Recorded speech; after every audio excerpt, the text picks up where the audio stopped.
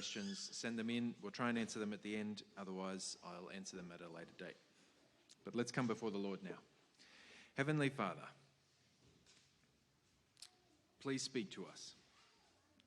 Please move us by your Spirit. Give us ears to hear what the Spirit is saying to your church this morning.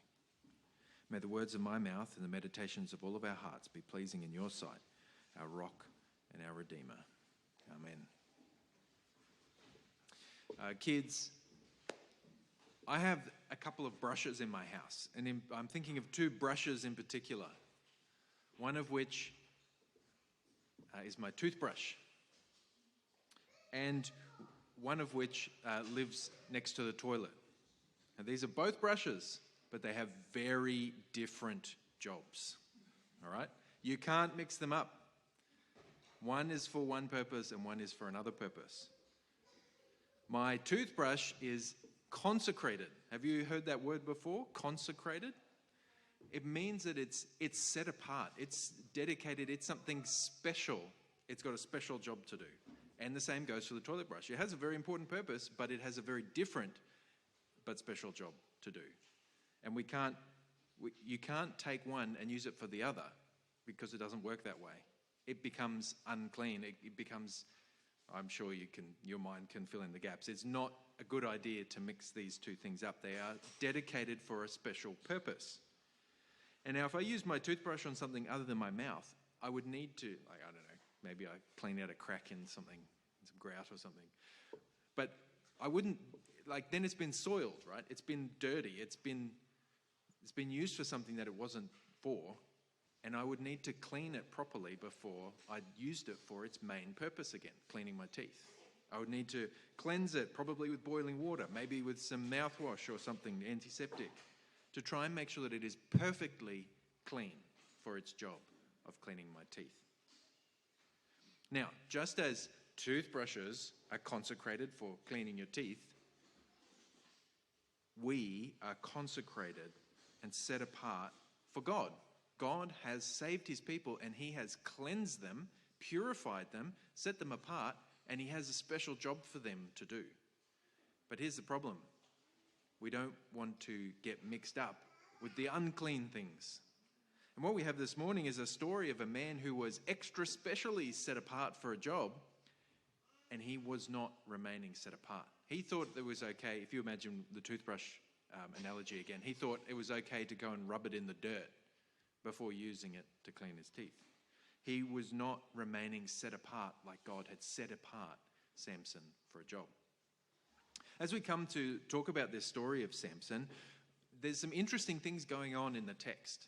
In some sense, Samson is almost the climax of Judges, but at the same time, it's also one of the lowest points, strangely enough. It's a real point where a lot of the themes of Judges come together. And the text itself of the story of Samson over 4 chapters is very highly structured. So let me break down the structure a little bit for you. Firstly, there's 2 parts to it. 2 parts, 2 segments, and each of them climax with Samson killing a bunch of Philistines and a comment that Samson judged Israel for 20 years. So 2 main sections, each with a clear end point. But each of those 2 main sections has 5 feats of strength in each of them. So there's 10 altogether, 5 in each. So this is really handy because I've got 2 hands and each of them has 5 fingers on it. So we've got our 10 feats of strength in 2 sections. The Spirit of God comes upon Samson 3 times in the story. But interestingly, all 3 of them happen in the first 5 feats. But lastly, there is another set of structure in the story of Samson, and that is his life unfolds in basically 4 episodes centered around 4 different women. So as you look at each episode of his life, each of them is directly connected to a key woman. And so there is the mother, there's the wife, there is the prostitute, and the seductress. And so this morning we're mainly looking at the mother and the wife, but the story of the wife flows into the next chapter, in chapter 15, and then which we'll get to next week. So to recap, story of Samson, 2 big sections, 5 feats of strength in each, and there is 2 key women in each.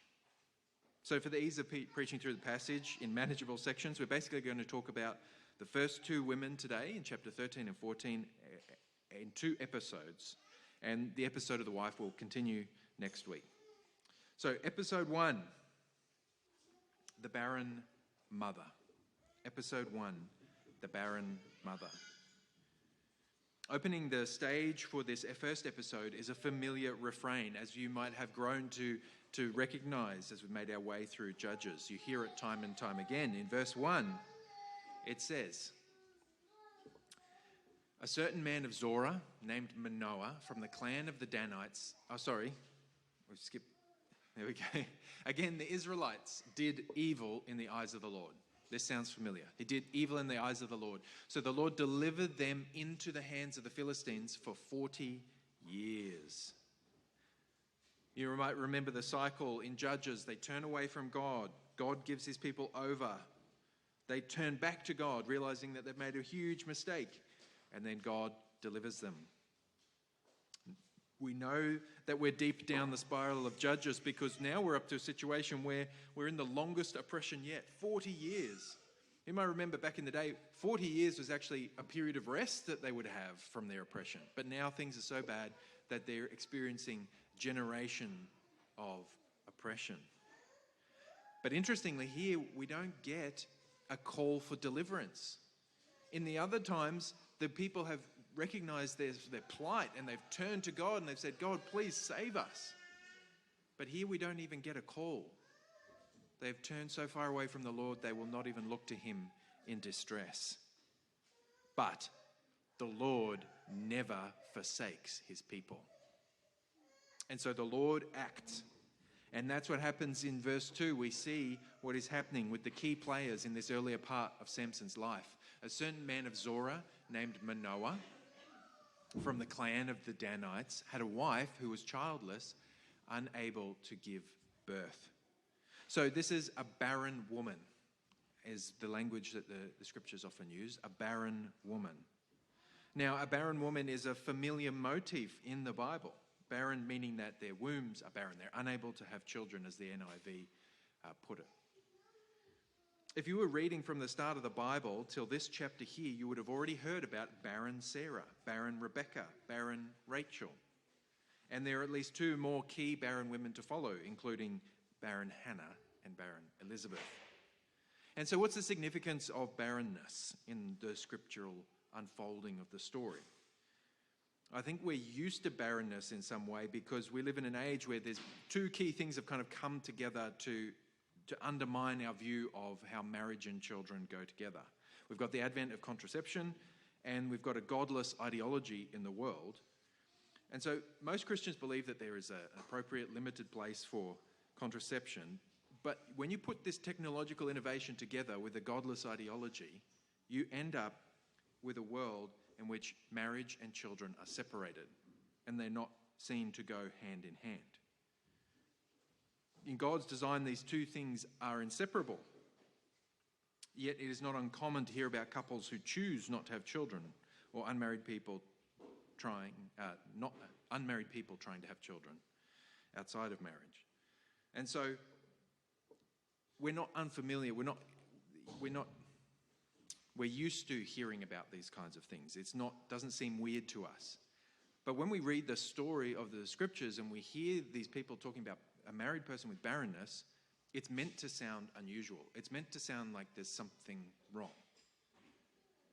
And so I'm not going to delve any further into the depths of the modern ideology and how that's affected us, but I need you to understand, in order to help you understand this passage, that having babies is intentionally directly connected to marriage in God's design. And so because Manoah is married, because he and his wife are together, there is the expectation that there will be fruitfulness that comes from that marriage. So she is in a grave situation of physical brokenness. They'll each feel as though there's something wrong in their marriage. They will wonder if they've done something to incur God's displeasure. They will wonder, is God punishing me? They will feel a dreadful fear of the future. What's going to happen to our family line? Is it going to die out? Are we going to be able to provide for ourselves in our old age? Or are we going to be destitute when we can't look after ourselves anymore? It was quite a different situation, especially in their agrarian society. They couldn't go down to the Centrelink office and get a pension. So there was great concern with the fact that they didn't have children, yearning for something that they could not have. And this barrenness is a part of the fall. Because sin and death and corruption have entered the world, now sometimes we have sickness, sometimes we have deformities, sometimes we have something wrong in our physiology that prevents us from fulfilling this wonderful and beautiful picture associated with marriage. And this has actually been something of my journey, and Laura and my journey, in that we were unable to have kids for 10 years. We went through all the questions and the sorrow of trying to come to grips with this aspect of God's will for us. And now, in our case, this was a temporary trial, but because obviously Elijah and Olivia are here, but that is not this guarantee that God will always open the womb. There are many stories for whom infertility is a prelude to God doing something amazing, but that's not always the case. For some, it is a permanent thing. And God is good in the midst of that trial, even in the midst of the difficulty. Whatever you're facing now, and that includes the trials that we might be having around facing children, God is with you. God is caring for you. He's bringing together a wonderful future, even perhaps through infertility, through singleness sometimes, through the loss of unborn children, perhaps through having disabled children. There's a mixed joy there of the joy of having a child, but also there is a burden that comes with that. There is a trial. The Lord is with his people to comfort and guide them through these difficulties. Jesus said, "Blessed are those who mourn, for they shall be comforted." Now, it is hard to talk from the pulpit about these matters in a way that addresses the sensitivity around these things. And I know that you might be particularly affected by some of these issues. And if you would like help dressing them with the salve of the gospel, then I would love to talk to you about it. But coming back to Manoah and his wife, we don't know how long they were barren for, how long they were trying for children. But I'm sure you can see that the situation they were in was not good. They would have been expecting, they would have been expecting to have children. They would have prayed and mourned when it turned out that they couldn't, and they would have tried to accept their fate. Yet in this case, God was going to use their barrenness for a special episode in salvation history. Suffering is never wasted by God, and this trial was for a purpose. And so God breaks into their story, their trial, their difficulty, and fills it with life. Where there was no life, he brought life. It reminds us of the time when the Holy Spirit broke in, and with the formless chaos of the world, he formed and created the world. He brought life to this world before there was no life. So the angel of the Lord appeared to her and said, "You are barren and childless, but you are going to become pregnant and give birth to a son. Here a special son is announced. Who will it be?" Things have gotten pretty bad for Israel. They're in a terrible state. They're under 40 years of oppression. They are, as well as that, just under the general curse of humanity, knowing sin and death, corruption. Yet here is the announcement of a special son. Who will he be? The signs point to him being something amazing because he's announced by angels. And as we're going to talk about in a moment, he has a special consecration on his life. The angel explains in verses 4 and 5, "Now see to it that you drink no wine or other fermented drink, that you do not eat anything unclean. You will become pregnant and you will have a son whose head is never to be touched by a razor, because the boy is to be a Nazirite, dedicated to God from the womb. He will take the lead in delivering Israel from the hands of the Philistines." So this child will be a Nazirite. But what's even better is that he will begin to save Israel. This is good news. So what is a Nazirite? I'm guessing that most of us on our day-to-day don't think about what Nazarites are. The first thing to say is that a Nazarite and a Nazarene are different things. So a Nazarene is somebody who comes from Nazareth, so we're not talking about that. We're talking about Nazarites.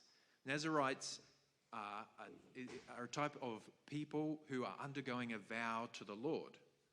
And so the explanation for how a Nazarite vow was meant to work out is in Numbers chapter 6. And there's a few key things that Nazarites would do as they were undertaking their vow. They were not allowed to drink any alcohol or grape-based products. They had to grow their hair as long as they were under the vow, not cut it. They couldn't touch dead bodies. Now, if for some reason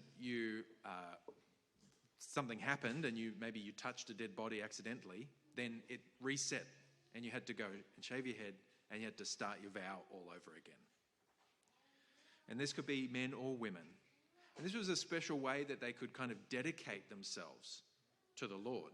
We don't know exactly why. Maybe they would dedicate themselves as a act of thankfulness. I will serve the Lord as a Nazarite for a year or something, as an act of thankfulness and devotion to the Lord. Perhaps it would be if they were seeking something from the Lord's hand, they would devote themselves to, kind of like fasting, to the Lord for a time to approach him in prayer. We don't exactly know. But it was strange here because there would be a time period. It would be for a limited period of time. But here Samson is being a Nazarite from the womb. Even so much so that his mum was not even allowed to drink or touch anything unclean during the time of the pregnancy. So the word, interestingly, Nazarite, means to separate. These Nazarites are people who are separated, set apart to serve God, to fulfill a vow to the Lord. Now, all God's people should be holy. All of us should be consecrated to the Lord. But Samson was going to be an extra special representation of being dedicated to the Lord. And he looks like he's on track to be the greatest hero the world has ever seen. Who knows, maybe he'll be the one to undo the curse. He was announced by angels. He was going to be separated to the Lord. Maybe he'll crush Satan's head. But instead we have so the miraculous conception happens, and I'm just going to run through quickly the story of the birth. Samson's parents think that this was going to be strange. What follows next is this series of conversations between Angel and Samson's mum and Manoah. The angel delivers the message directly to Manoah's wife. At least she thinks it's an angel. She's not quite sure. So the wife then tells the husband. Then the husband goes, "Oh, that's interesting. Lord, can you please send that guy back again so we can ask him more questions?" God says, "Okay," sends the angel to the wife again. And then the wife has to run off and get the husband, bring him over. And then the angel says, "Listen to what I told your wife the first time." So I don't know why the Lord acquiesced to their request to send the angel again, but the angel didn't reveal any more information. It leads us to suspect that maybe Manoah wasn't listening to his wife, or potentially, alternately, Manoah, the wife hadn't properly communicated everything to the husband. But either way, the angel basically says, yes, it's a special child, you have to stick to the regulations. Manoah then goes, "Okay, I want to show you hospitality in the Eastern style. You wait here, I'm going to go and kill a goat and dress the goat and prepare a meal." But the angel says, "No, I'm not going to eat anything, but if you sacrifice something to the Lord, then I will stick around for that." And so that's what Manoah does. He prepares a sacrifice, and then as the sacrifice is being burnt up, the angel goes up in the smoke of the sacrifice. And so this time they know for sure it was definitely an angel. There we go. Manoah did not realize that it was the angel of the Lord. So he prepared the offering, and on the next slide, there it says, as the flame went up, blazed up from the altar toward heaven. The angel of the Lord ascended in the flame. Seeing this, Manoah and his wife fell with their faces to the ground. But there's an interesting insertion there that I didn't read, which is he offered, where is it? I've lost it.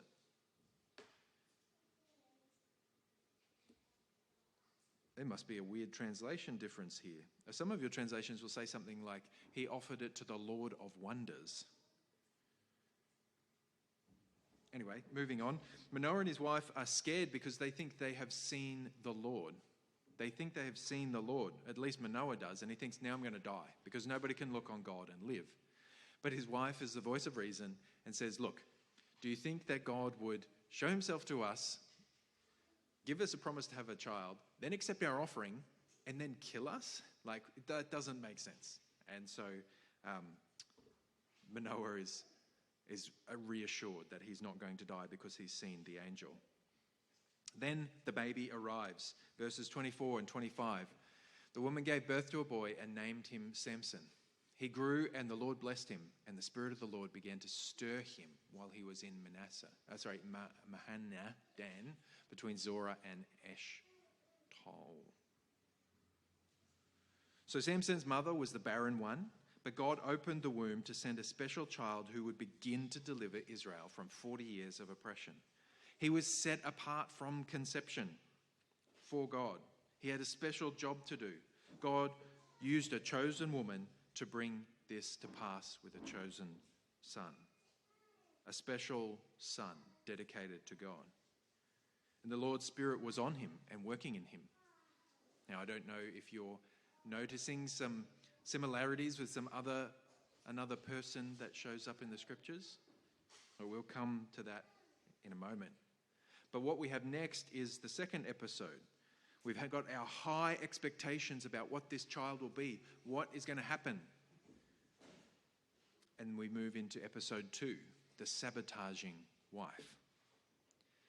So our high expectations are immediately dashed in these first verses.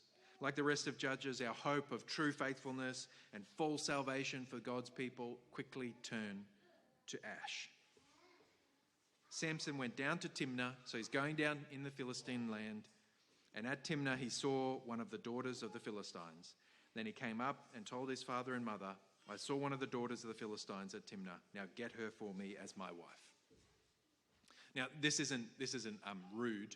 This is just how it comes out in the English, but he's saying, can you please go and arrange a marriage between myself and this woman that I saw, who is a daughter of the Philistines? Israel is supposed to be the set-apart people of God. They're not supposed to intermarry with people who don't belong to God.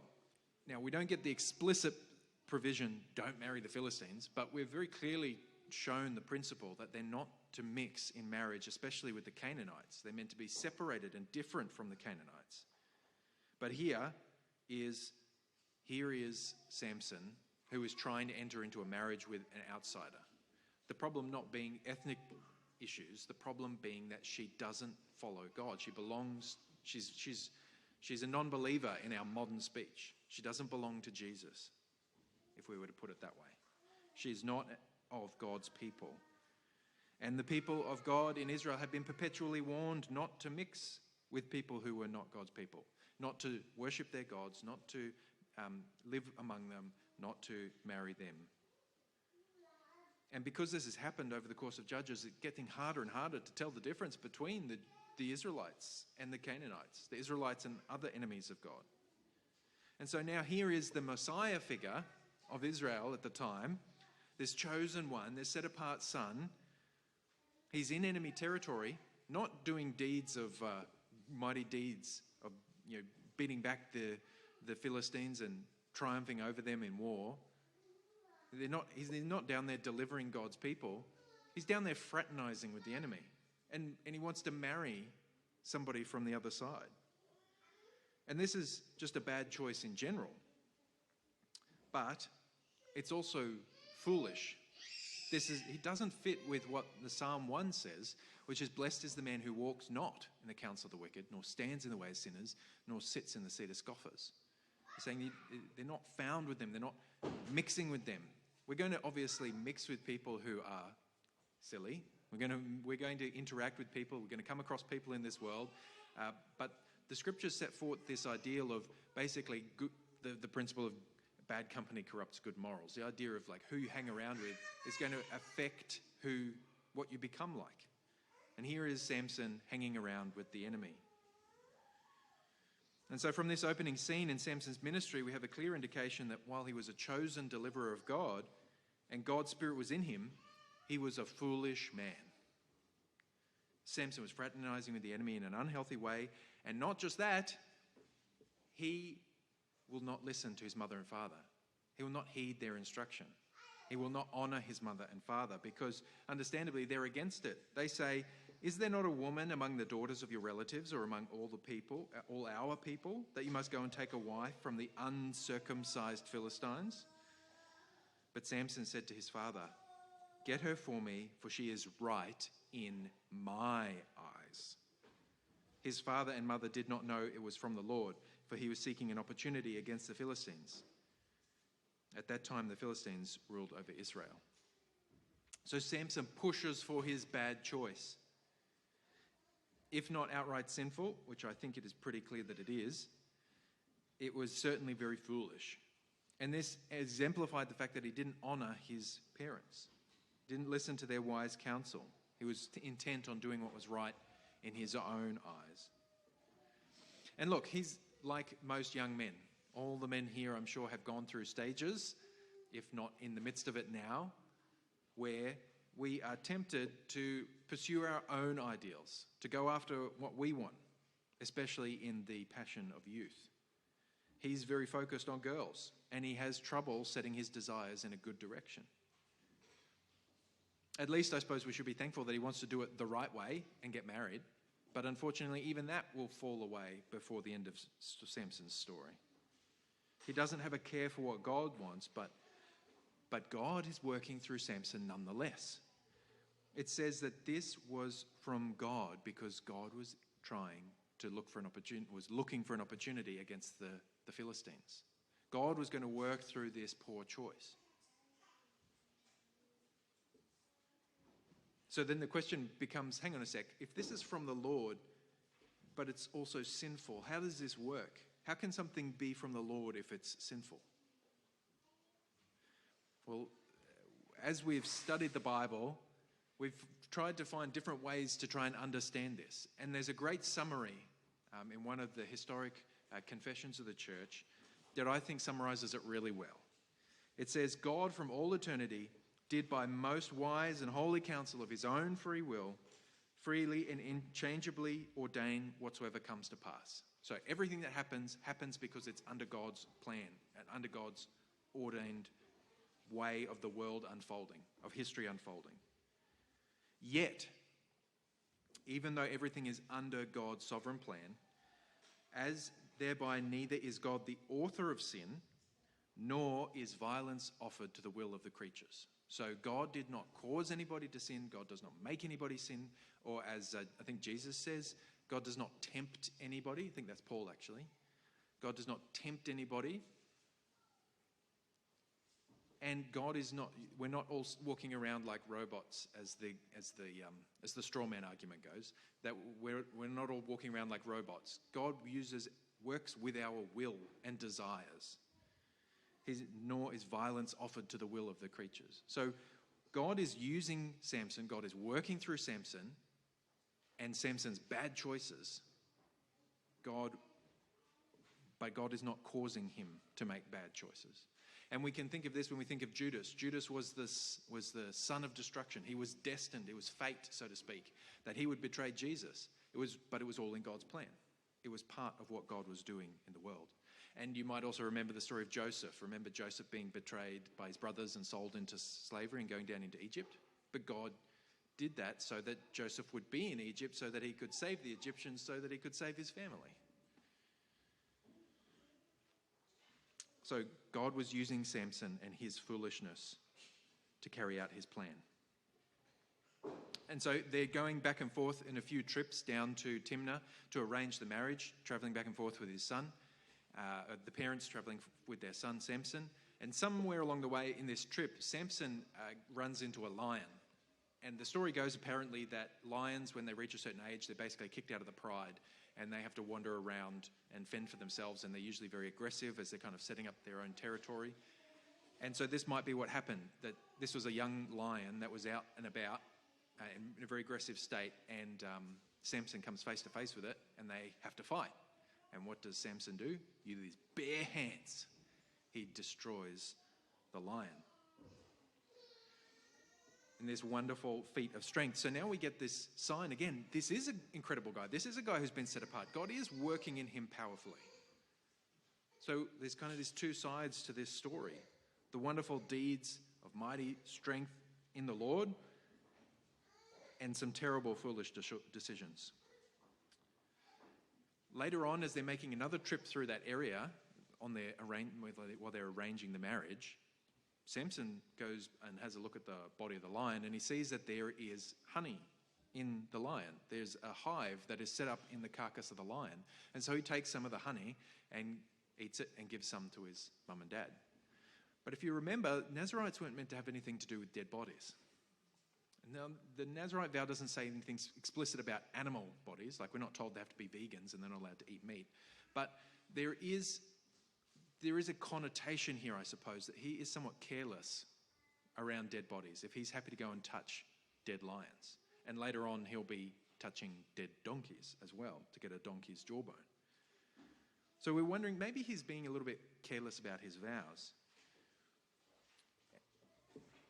And with the thing where he gives the honey to his mother and father, when you read that, I have flashbacks to Eve, where it says she took some of the fruit and she gave it to her husband. And it's a similar structure here. Samson took some of the honey and he gave it to his mother and father. It might just be a little tiny link, but I think there's something going on there with there's this kind of a deception, or there's a carelessness with God's law.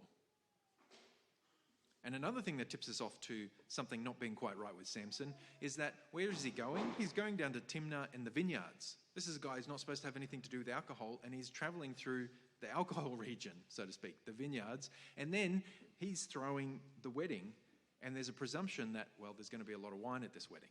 Now, we're not told that Samson breaks his vow, but as we've already seen, he seems to play a bit fast and loose. He's not willing to be separated. He's not willing to be different.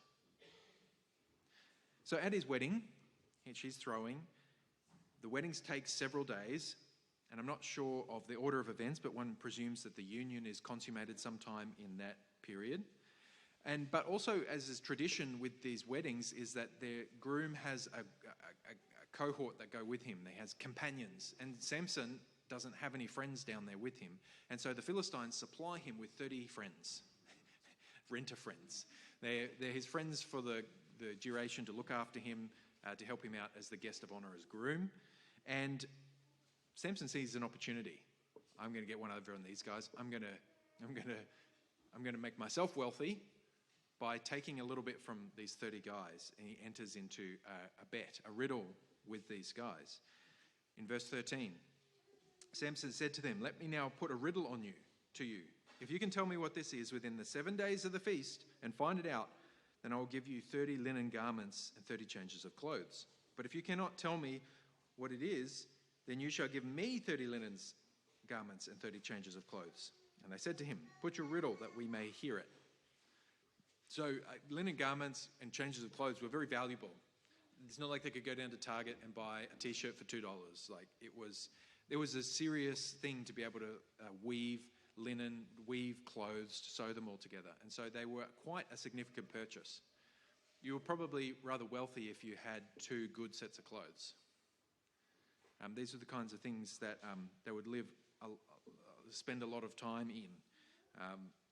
So basically, he's asking for a significant gift. You might think of it like thousands of dollars worth. He's saying, look, each of you can give me a gift that's worth thousands of dollars for my wedding if you can't get this riddle. But on the other hand, I will give you each a change of clothes if you can answer it. And they start to get worried that they're going to have to fork out a lot of money. But in the scheme of things, it's all divided up 30 ways, so it shouldn't be too bad. But the riddle was, he said to them, out of the eater came something to eat, out of the strong came something sweet. And in 3 days, they could not solve the riddle. So they're trying. But Samson is manipulating them because he's using a situation with the lion and the honey that is very niche, like a very unique experience to him. And he's trying to make that a riddle. And of course, they're not going to guess it. They haven't had the experience of pulling honey out of a lion carcass. It's not a universal thing that people are likely to be able to put together. So he's manipulating them to try and get rich, get all these clothes. But then the guys start to get a little bit irritated. They're thinking, they can't figure it out. They're trying to work it out. And so in order to try and figure it out and not have to foot the bill for the clothes to make these gifts to Samson, they go to his wife and they try to get to Samson through his new bride. On the 4th day, they said to Samson's wife, "Coax your husband into explaining the riddle for us, or we'll burn you and your husband's household to death. Did you invite us here to steal our property?" And so the poor wife here is now caught between a rock and a hard place. She's got her family, she's got her people. They've made threats against her life. And she's got her new husband. What is she going to do? Who's she going to be loyal to? Being caught like this, being caught between your family and your spouse, is a place that many of us have experienced. And in here you can see how toxic it is. It's either steal the answer so we can get out of having to give a gift, or we'll kill your family. We'll destroy your house. It's a bit unfair to put that burden on her because she is now married to Samson. She should be loyal and faithful to him. But also Samson's not without guilt because he's the one who's kind of tricking them in the first place. But what does the wife do? She gives in and she manipulates Samson into giving her the answer so that she can pass it along. And how does she do it? With crying and sobbing and pressing him, pestering him. Samson's wife wept over him and said, "You only hate me. You do not love me. You put a riddle to my people and you've not told me what it is." And he said to her, "Behold, I've not told my father or mother, and shall I tell you?" And Samson would eventually give in to being pressed. In verse 17, she wept before him the 7 days that their feast lasted. And on the 7th day he told her, because she pressed him hard. And then she told the riddle to her people. So what did she do? She betrayed her husband. What a way to start a marriage. What a way to start a family. To betray your new husband in the first days, before the marriage feast is even over. Now, I heard an anecdote the other day that there was a group of students, I think they were Bible college students or something like that, and they were asked by their teacher to list some of the sins of men. And they had no trouble rattling off a bunch of things that are common sins for males. You know, things like anger or lust or being too domineering and so on. They had no trouble finding a whole bunch of things to say. But then the teacher said, "Okay, well, what are some of the common sins of women?" And there was silence. Eventually somebody piped up and said, having low self-esteem. So the best that these students could come up with was that these women, it's a sin for them not to love themselves enough. For some reason in our cultural moment, one of our taboos is the sins of women. Now, not all women are guilty of these sins, just like not all men are guilty of the sins that often are found in men. But there are stereotypes for a reason. They don't come out of thin air. Not all men are guilty of the sins of men. Not all women are guilty of the sins of women. But they lay out for us some of the things that we are likely to fall into, what might be a trap for us. Because we're born in the image of God in two distinct genders. And because of our differences, each gender we're susceptible to different sins.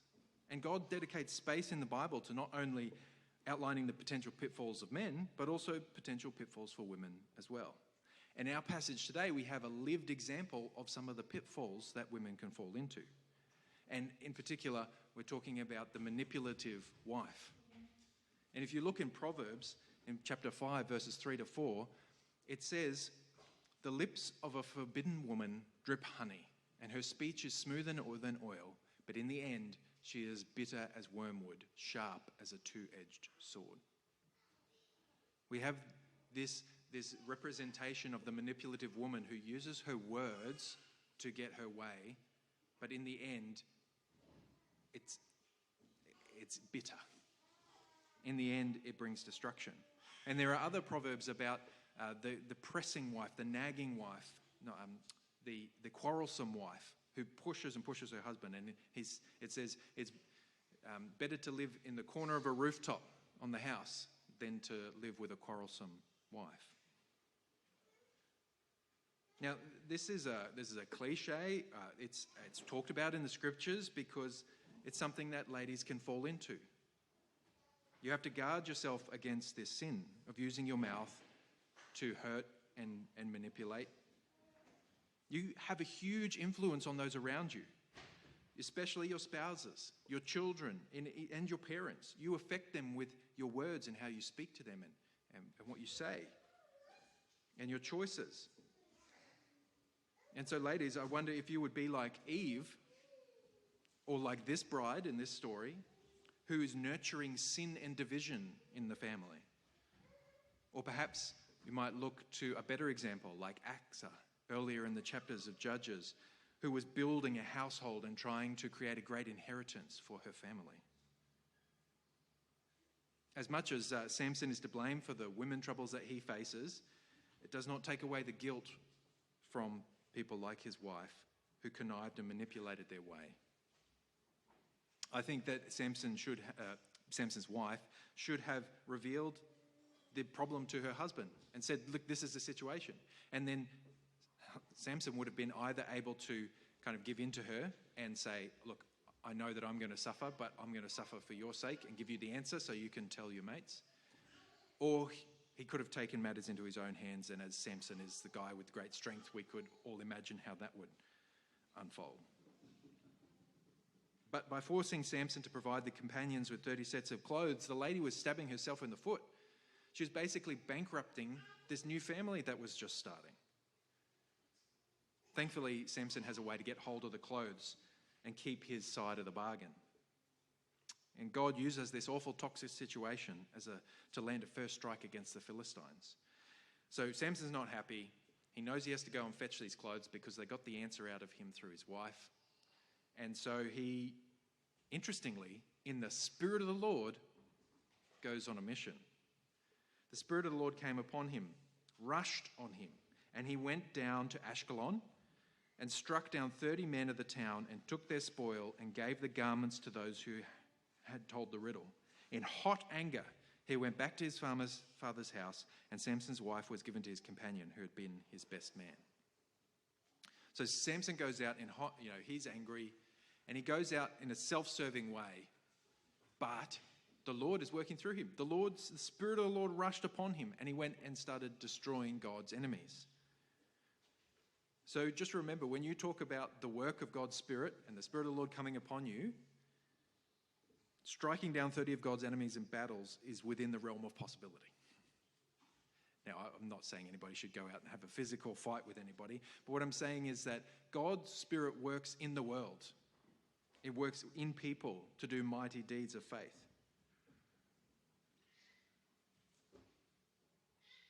But Samson, in the end, is being self-serving. He's being self-serving. He has great strength. He is the Spirit of the Lord. He's consecrated to the Lord, but he's using it for God's people? No, God's using him to serve his plan despite Samson's choices. And so I think it's a moment for us to stop and consider our privilege.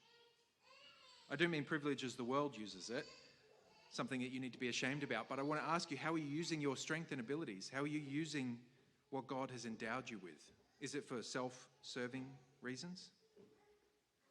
Because you've been consecrated to the Lord in Jesus. You are not your own. You were bought with a price.